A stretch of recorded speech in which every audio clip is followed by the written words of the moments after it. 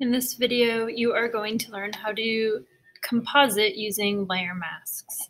On mrsolden.com, there is some images you'll need to download. What you'll do is you can right-click and do Save Link As.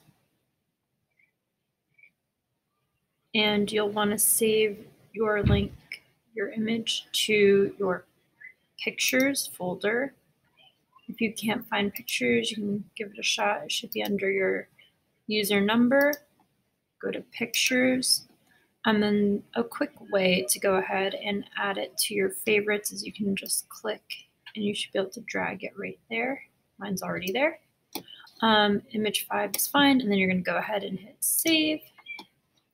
You'll do the same with image 6. Right click, Save Link As, double check you're in the Pictures folder, and hit Save.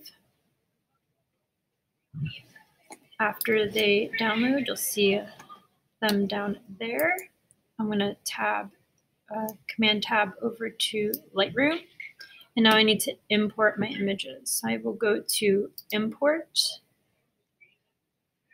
I'm going to go to my username, which is your student ID number. You're going to go to your Pictures folder. And if you click on it, it should pop up. Let's see here. Should be under Image.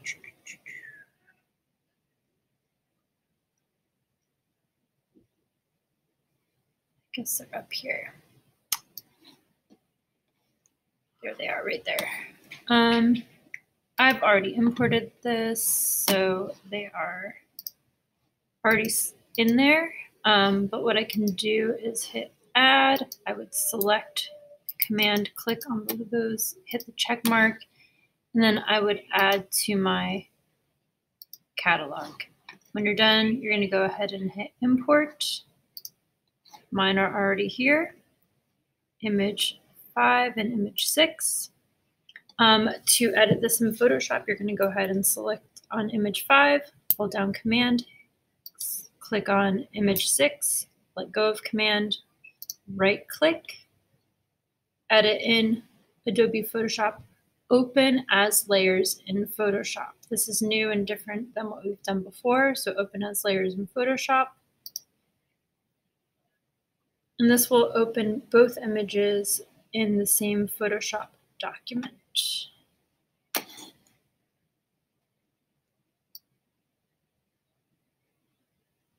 So I'm going to go ahead and expand that. So now what you'll see is both images are now on top of each other. You'll see both of them are placed in your layers panel. If you hide the billiards ball, the other image is below it.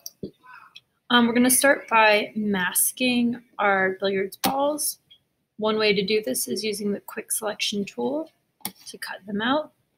We're going to go ahead and select. So I'm doing little clicks here. I don't want the shadows because they're going to be flying in the air. So carefully. When you're selecting, you always want to be on the layer that you're trying to select pixels in. Otherwise, it will be selecting pixels from the layer below. And then we want to hold down Option because it selected this shadow. If it's not perfect, we'll go back and refine it. There we go.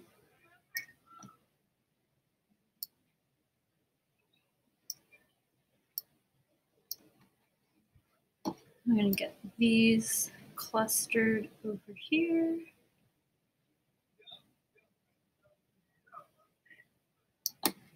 Hold down Option to deselect this area, and you'll notice your mouse turns to a negative when you hold down Option.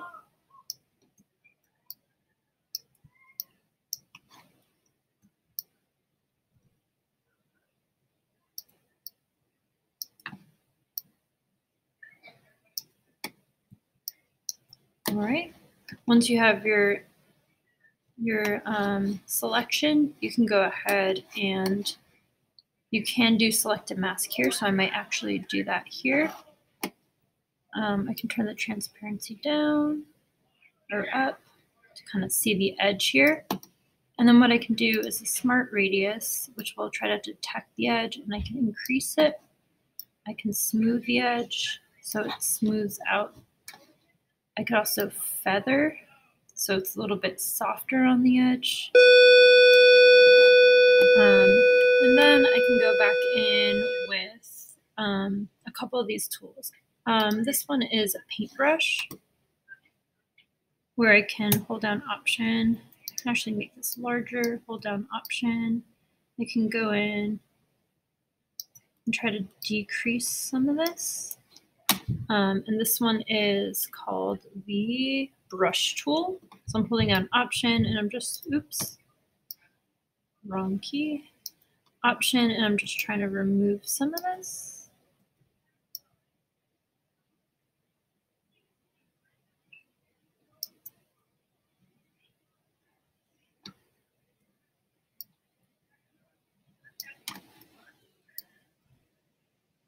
We're going to warp these later, so you won't even really notice.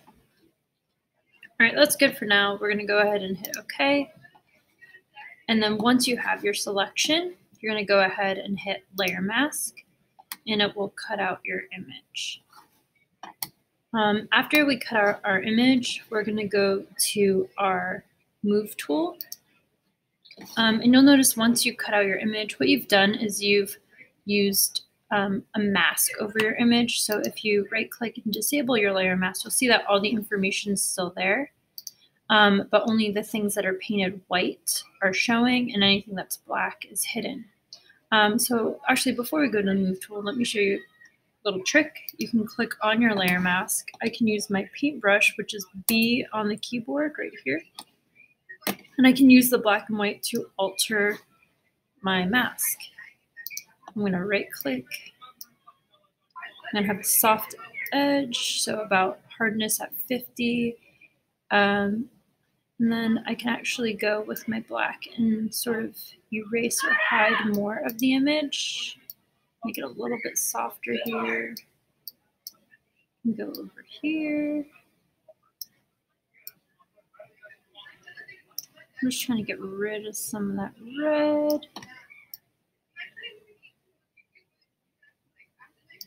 You can spend quite a bit of time working on this, cleaning it up.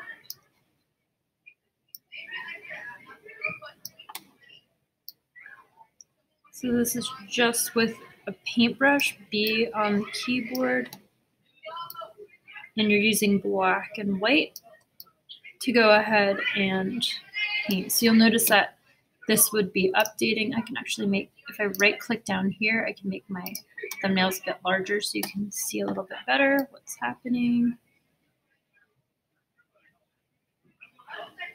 Like I said, we'll be hiding some of this later, so it's not too crucial.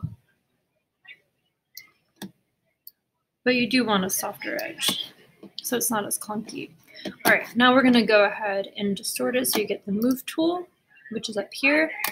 One way to transform is to show the transformation controls. So I can click that box on and you'll see this bounding box show up around.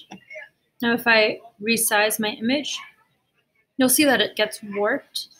To maintain your aspect ratio, you need to hold down Shift, and now you'll see that it sizes within proportion. This is particularly important when you're resizing things that you don't want warped, like people. You don't want to stretch people out, make them look fatter or thinner. They'll start to look strange. So I'm going to start off by holding down Shift, sizing them to make them a little smaller. And then if I hover my mouse outside to the corners of the bounding box, you'll see that it turns into the Rotate tool.